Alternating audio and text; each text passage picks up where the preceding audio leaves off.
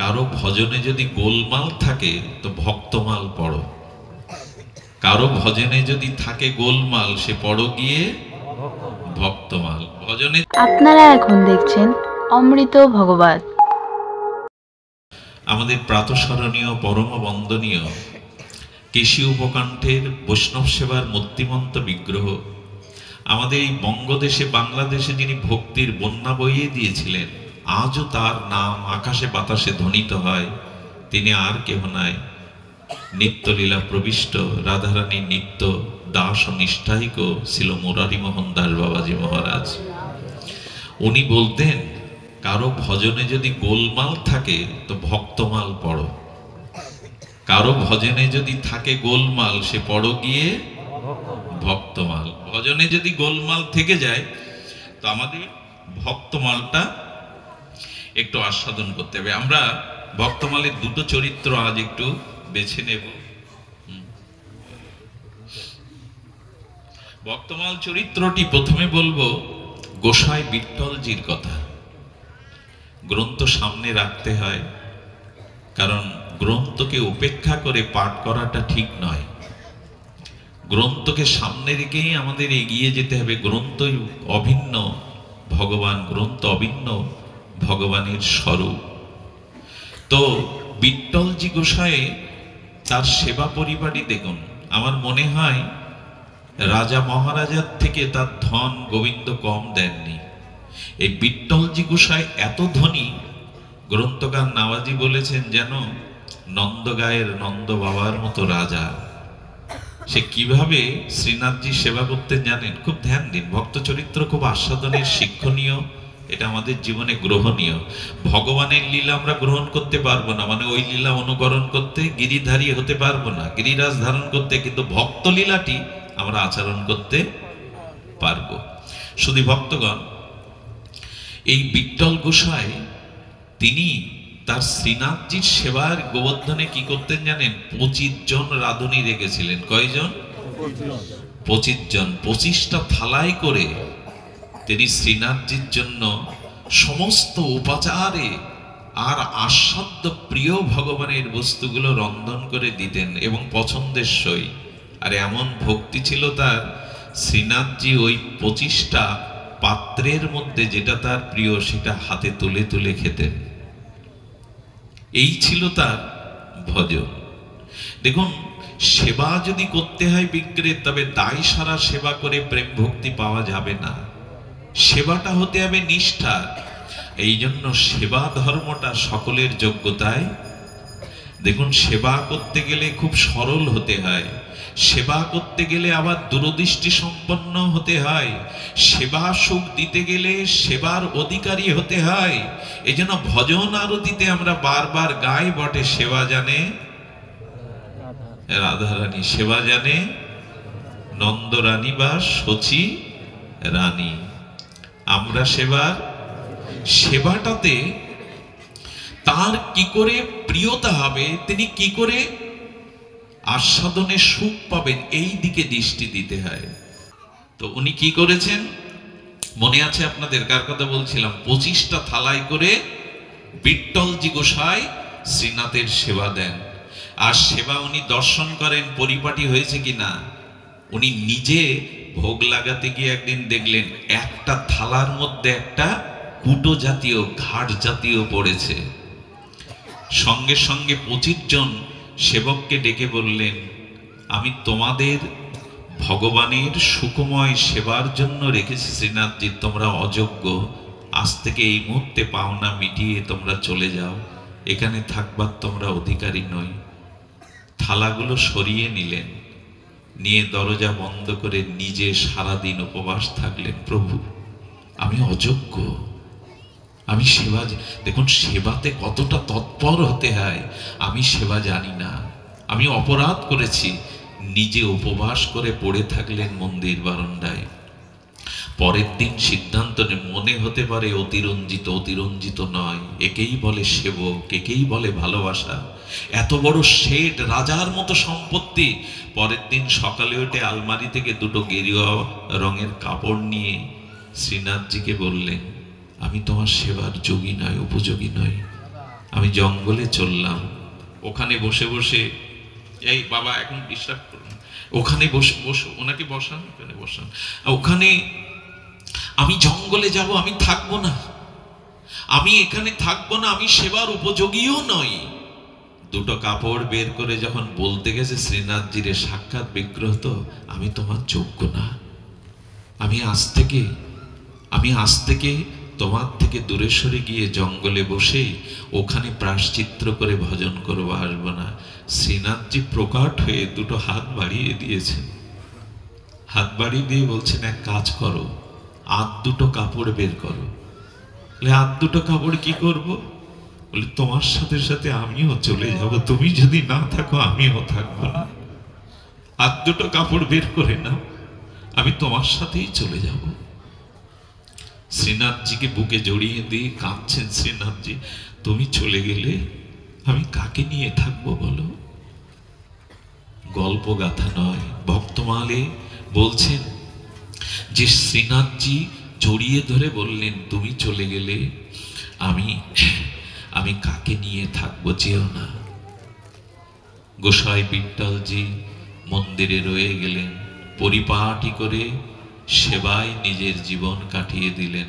সেবাটা খুব সতর্ক হয়ে করতে হয়, সেবাটা সাধারণ একটু দূরদৃষ্টি না থাকলে সেবা হয় না।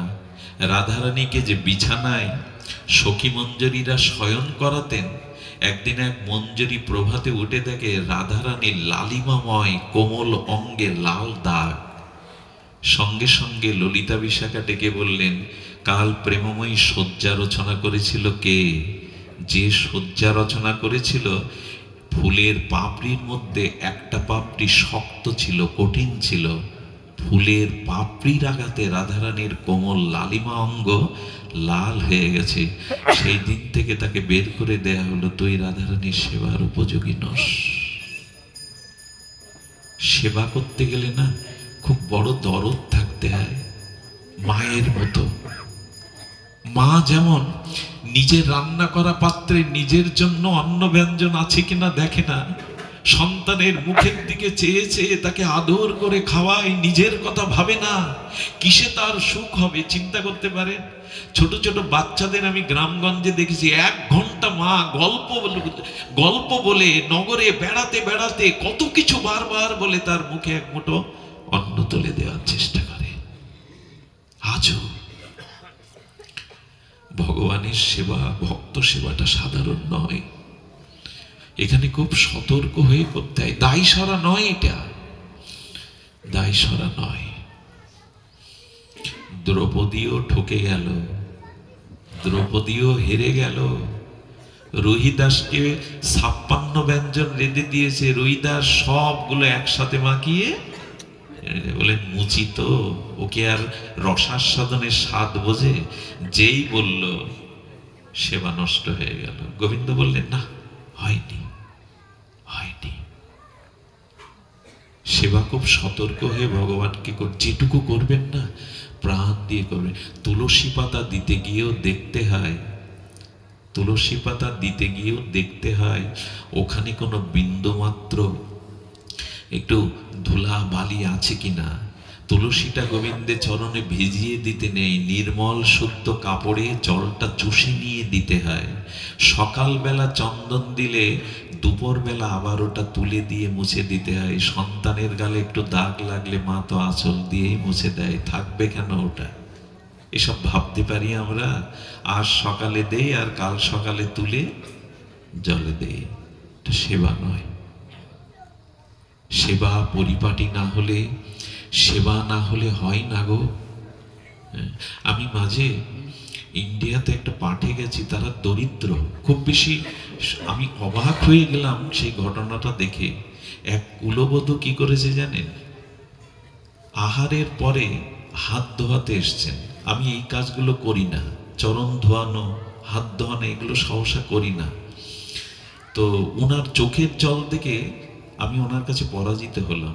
আমি হাত দিয়েছি, আর একজন বিষয়ী লোক তিনি না জেনেই ওর মধ্যে আবার হাত দিয়েছেন, মনে করছেন এটাই ধোয়ার পাত্র।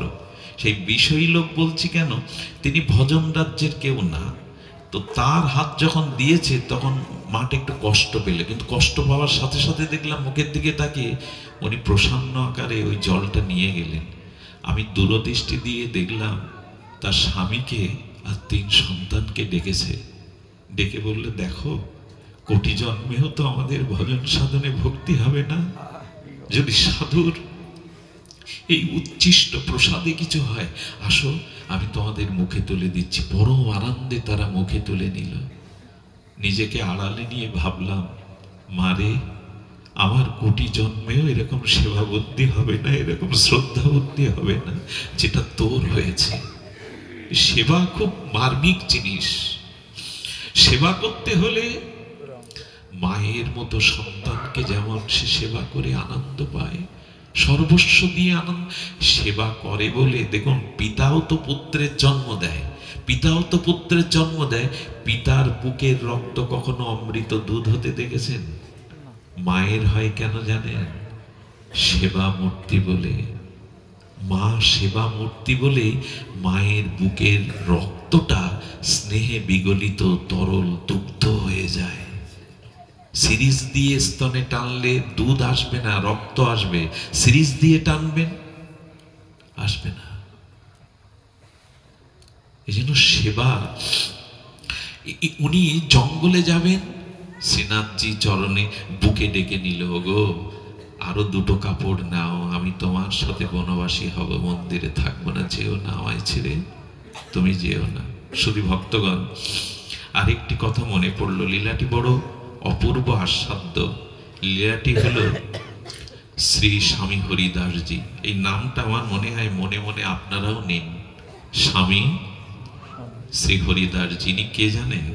আজকের বৃন্দাবনে যে বাকে বিহারী নামটা না শুনে, এই বাকে বিহারীকে উনি প্রকট করেছিলেন।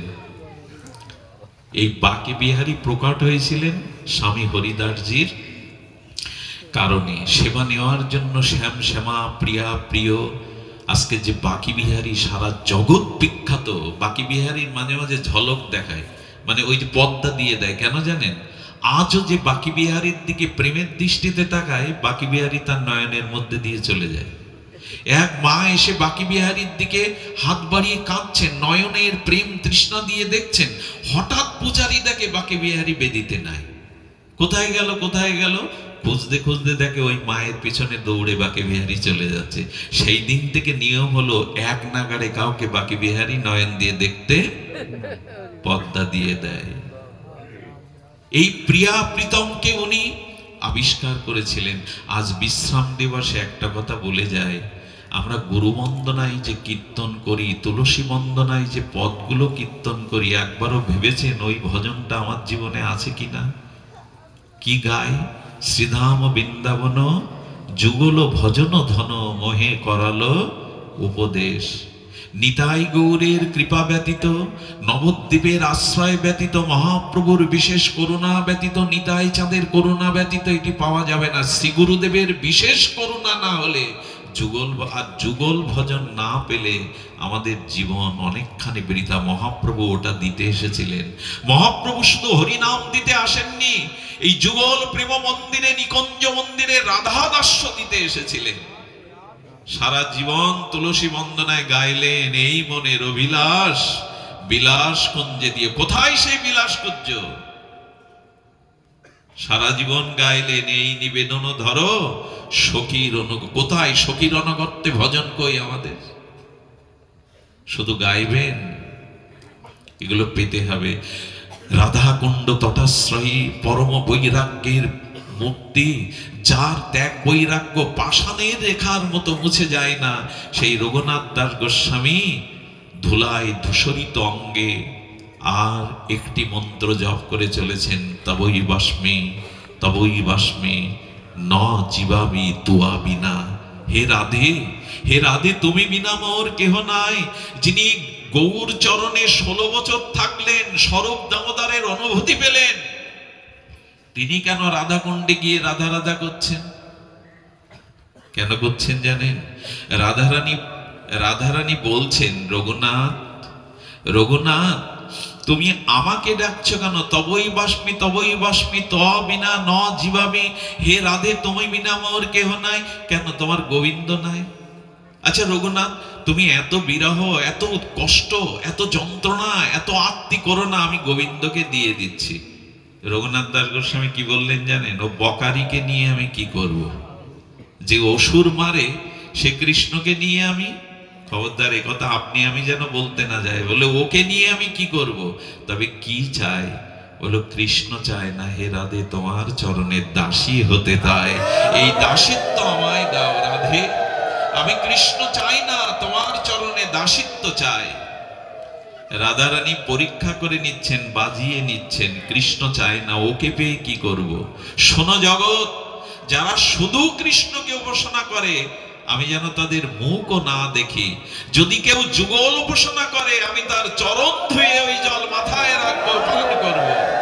যারা যুগল উপাসনা করে, যারা মহাপ্রভুর উপাসনা করে, এই জন্য আমাদের উপাসনাটা শ্রী গুরুদেব জানিয়ে গেছেন, যুগল ভজন ধন আরাধ্য ভগবান ব্রজেশ তনয় স্তদ্ধামং শ্রী বৃন্দাবনাং রম্য কাচিত উপাসনা ব্রজবধূ বর্গে নজা কল্পিতা। এই গোপীগণের আনুগত্যে, মঞ্জরীগণের ভাব সাধনায়, এই যুগল সেবায় আমাদের একমাত্র ভাগবতের মূল লক্ষ্য। আর এটি দিতেই মহাপ্রভু এসেছিলেন। শ্রীকৃষ্ণ চৈতন্য মহাপ্রভু না আসলে কথা দেবতা, ঋষি, মুনি, ব্রহ্মাদি পর্যন্ত জানতো না, যদি মহাপ্রভু আমাদের এই কথা না জানিয়ে যেতেন। মহাপ্রভুর অবদান। এই জন্য যুগল ভজনের মহামহিমায় কবে আমার রতি হবে, কবে রাধারানীর চরণে আমার ভক্তি হবে, আর রাধা নামে কবে আমার কর্ণ হৃদয় জুড়াবে। কারণ গোবিন্দ বলেছিলেন, একবার যে রা উচ্চারণ করে আমি তার দিকে চেয়ে থাকি। যদি একবার কেউ রাধা বলে আমি কৃষ্ণ তার পেছনে দৌড়ায়, তাকে নিজেকে বিক্রি করে দেব বলে। জয় জয় রাধা নাম বৃন্দাবন যার ধাম, কৃষ্ণ সুখ বিলাসের নিধি। হেন রাধা গুণগান না শুনিল মোর কান, বঞ্চিত করিল মোরে বিধি। যার কানে রাধা নাম মধু ঢালে না, সুধা ঢালে না, যার জিহ্বায় রাধা নাম উচ্চারণ হয়নি, বিধি তাকে বঞ্চিত করলো, বিধি তাকে বঞ্চনায় করলো। আজ সারা বিশ্বব্যাপী কেন রাধা নামের মহিমা, এ মহিমা বড় আস্বাদ্য মহিমা। মহাপ্রভু এটি দিতেই এসেছিলেন আমাদের। কথা বিশ্রাম আনতে বলি, এই হরিদাসজি প্রকট করেছিলেন বাকে বিহারীকে। সেই নিদুমনের নিকুঞ্জ মন্দিরে তিনি প্রকট করেছিলেন। কি সেবা দিতে জানেন? কি সেবা দিতেন? 56 ভোগ দিতেন। কি ভোগ দিতেন? 56 ভোগ। নিজে কি পেতেন জানেন? এ কথা বিশ্বাস হবে আপনাদের? কেন হবে না? ভক্তমালজি বলছেন, নাভাজি গোস্বামী বলছেন, 56 ব্যঞ্জন ভোগ দিয়ে নিজে একটা তুলসী পাতা আর শুকনো 2-1টি প্রসাদ অন্ন মুখে দিতেন, 2-1টি। এইভাবে চলেছে দীর্ঘদিন। একদিন বাকে বিহারী বলছেন, হরিদাস, আচ্ছা তুমি আমাকে 56 ব্যঞ্জন ভোগ পাওয়াও প্রতিদিন, আর নিজে শুকনো তুলসী পাতা রুখা একটু মুখে দাও, কেন বলো তো? আমার কি ভালো লাগে? বাকি বিহারী প্রকাট হয়ে বলছেন, আমার কি ভালো লাগে? তখন বলছেন, যা কিছু সুন্দর, যা কিছু উপভোগ্য, সব তো আপনার অধিকার, আমার তো অধিকার নেই। এই হলো ভক্তের কথা। আপনি অধিকারী, আমার তো অধিকার নেই উপাদেয় বস্তু পাওয়ার। বাকি বিহারী তখন সজল নয়নে বলল, শোনো, কাল থেকে যদি তুমি না পাও আমিও আর পাবো না। যেমন ভক্ত তেমনি ভগবান। তুমি কিছু পাও, আমার বড় হৃদয়ে ব্যথা লাগে। তুমি 56 ব্যঞ্জন আমার জন্য প্রস্তুত করে আমাকে সেবা করাও, তুমি কিছু পাও না। বাকে বিহারী কষ্ট পাচ্ছে বলে স্বীকার করলেন। ছোট্ট একটা পাতার বাটিতে একটু ছোলা ভাজা চানা আর একটু পরমান্ন সামান্য মুখে দিতেন, গোবিন্দকে সুখ দেওয়ার জন্য, নিজের জিহ্বার জন্য না। পারবো তো আমরা? 56 ভোগ যে প্রতিদিন দেয়, তার নিষ্ঠা, তার বৈরাগ্য এই। তার বই। আচ্ছা, অপরকে দিয়ে সবশেষে অবশেষ পাওয়াটা আপনারা জানেন যে কত মধুময় হয়ে ওঠে। অপরকে দিয়ে দেবেন, অপরকে দিলে কমে না। আমাদের কি দশা জানেন? কিছু মনে করবেন না, অনেকে আছে বল তাড়াতাড়ি গিয়ে বসি, শেষে আর পাবো না। এই বুদ্ধি যাদের, তারা ভাগবতে এসে কিছু পায় না। থাকো কাঁদুক, ওকে কোথায় নিয়ে যাবে? একটু শান্ত রাখো, ও কাঁদুক। বলছেন কি? বলছেন কি? হ্যাঁ, বলছেন যে তাড়াতাড়ি পাবো না। পাবে না তো কি? ওই যে শেষে ভক্তরা থুয়ে গেছে, ওর থেকে একটু জিউ ভাই দিয়ে চলে যাও। পাবে না তো কি? সবই আছে। 10 জনের জোগাড়, এসেছে 20 জন, ঠিক আছে 10 জনকে আগে দাও। বাড়ি একটু আটা আছে, রুটি আছে, একটু বেলে নিয়ে পরে দেরি করে পাও। পাবে না কেন? ভগবানের রাজ্যে সব ব্যবস্থায় তিনি করে রেখেছেন। আমাদের কি দুর্বুদ্ধি! অন্যকে দিয়ে পান, তাহলে দেখবেন সেখানে শান্তিতে হৃদয় ভরে যাবে। অন্যকে দিয়ে পান। শুধু ভক্তমণ্ডলী, স্বামী হরিদাসজির ছোট্ট একটা লীলা বলেই আজকের মতো, আর তো আগামী বছর ছাড়া হয়তো এভাবে এই ভক্ত ভগবানের মিলন, ভাগবত ভক্তের মিলন কবে হবে জানি না, সেটা আমার ভাগ্যেও হবে কিনা জানি না। স্বামী হরিদাসজির একটি ছোট্ট তত্ত্ব কথা বলেই, লীলা কথা বলেই আজকের পাঠ বিশ্রাম। সেটি হলো এই, আহা, স্বামী হরিদাসজি তার সঙ্গীত শোনার জন্য রাধা মাধব চেয়ে থাকতেন, কান উৎকর্ণ করে হাত জোড় করে থাকতেন, হরিদাসজি কখন একটু ভজন শোনাবে। এই স্বামী হরিদাসজির শিষ্য কে ছিলেন জানেন? পৃথিবীর অন্যতম শ্রেষ্ঠ গায়ক তানসেন, নামটা শুনে থাকবেন। এই তানসেন দিল্লির সম্রাট আকবরের সবাই নবরত্নের এক রত্ন ছিলেন। ওনার কি ক্ষমতা ছিল জানেন? মল্লার রাগে আকাশ থেকে বৃষ্টি নামাতে পারতেন, বৃক্ষে আগুন জ্বালিয়ে দিতে পারতেন রাগ রাগে নির্দ্বারা।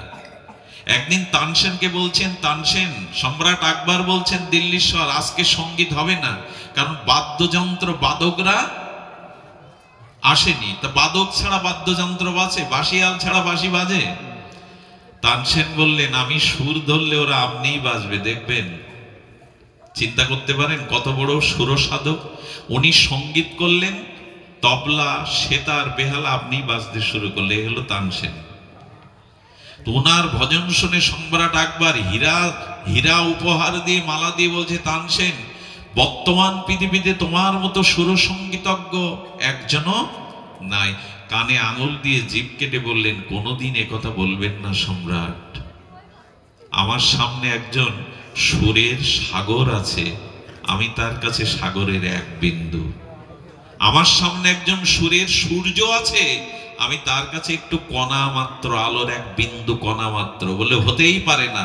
কে সে? বলে তিনি আমারই পরমারাধ্য গুরুদেব স্বামী হরিদাসজি বৃন্দাবনে। সম্রাট বললেন, আমাকে কেন বলনি?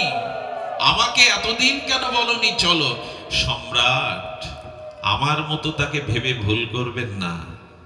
তিনি তার প্রিয় প্রীতম রাধা মাধবের ছাড়া দুনিয়াকে কাউকে কখনো সঙ্গীত শোনান। তার সঙ্গীত আমার মতো দুটো সম্মান অর্থ পাওয়ার জন্য আপনার দুয়ারে সঙ্গীতের জন্য নয়। তার সঙ্গীত আজ পর্যন্ত রাধা মাধব ছাড়া কেউ শুনতে পায়নি, কাউকে শোনান না তিনি।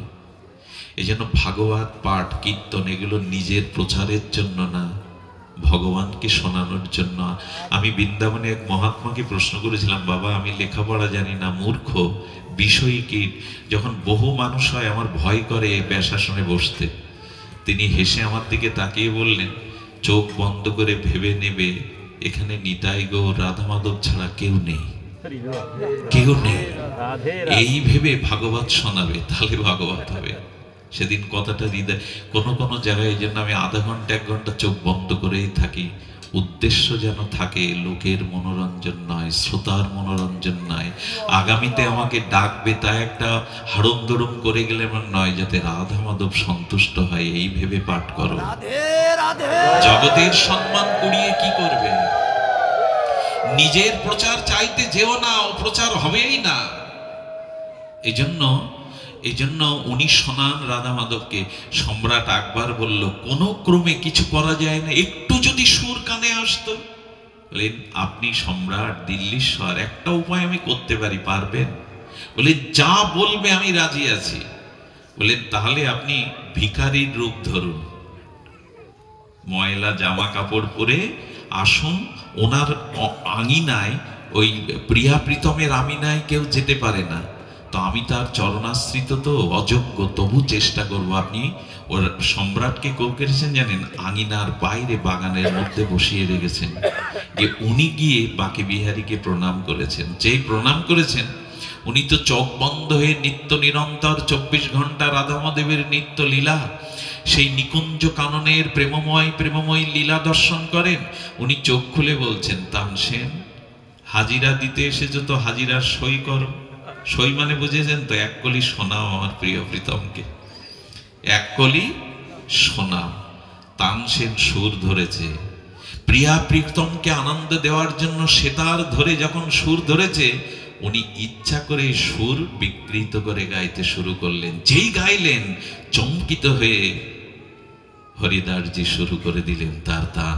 যেই মল্লার রাগে ওই রাগটা পরিপূর্ণ করতে চলেছেন, হঠাৎ মেঘ সৃষ্টি হলো, গর্জন শুরু হলো, মেঘ থেকে বৃষ্টি লাগতে লাগলো, সমস্ত ময়ূরগুলো নৃত্য করতে লাগলো, বৃন্দাবনের সমস্ত ভূমি উজ্জ্বল হয়ে উঠলো, রাধা মাধব প্রকট হয়ে তার ভজন শুনতে লাগলেন। যেই এই সুরে আকাশ বাতাস মোহিত হয়ে গেল, প্রকট হয়ে গেল, বিহারীজি সঙ্গে সঙ্গে তানসেন বলে বসেছেন, বাহ বাহ অপূর্ব। যেই অপূর্ব বলেছেন, সঙ্গীত থামিয়ে বলছেন, কে এখানে?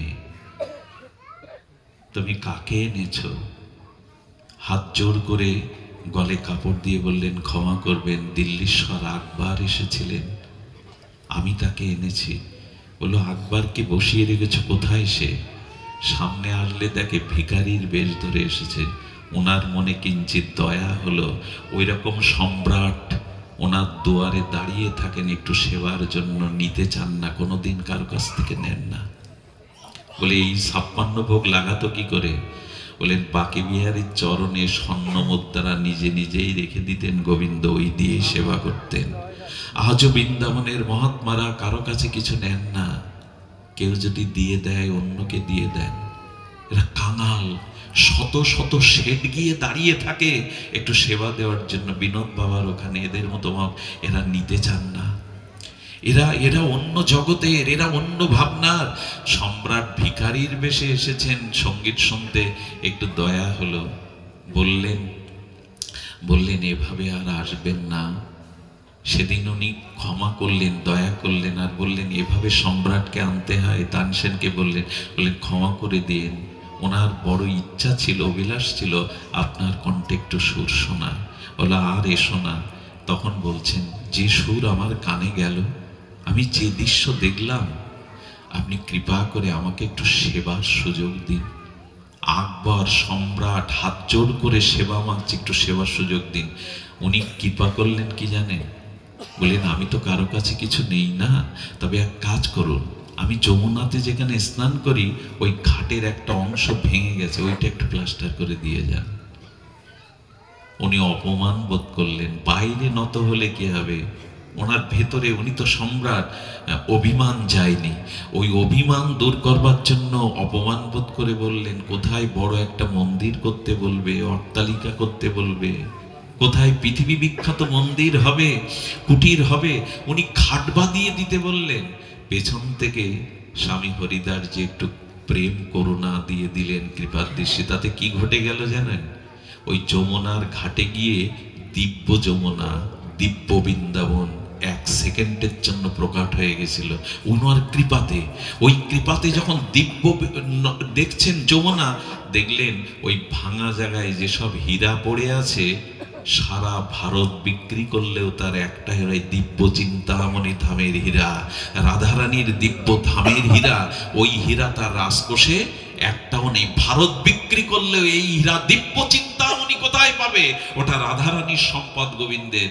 উনি ওইখান থেকে ফিরে এসে বললেন, বড় ভুল হয়ে গেছে বাবা, তোমরা যে রাজ্যের যে সম্পদের মালিক, সেখানে আকবর চরণের ধুলার যোগ্য নয়। ফিরে গেলেন, ওই এক মুহূর্তে একটু কৃপা করে দেখিয়ে দিলেন দিব্য চিন্তামণি বৃন্দাবন, দিব্য যমুনা। এই হলো এদের ভক্ত চরিত্র। আসুন জীবনের বাকি দিনগুলি একটু ভক্তি জগতে ভজন রাজ্যে কপটতা ত্যাগ করে একটু চলি। আমার চুপনগরের জয়দেবদা এসেছেন, আমি ওনার কাছে সবার সামনে একটু ক্ষমা চাইছি। আমি ভারত থেকে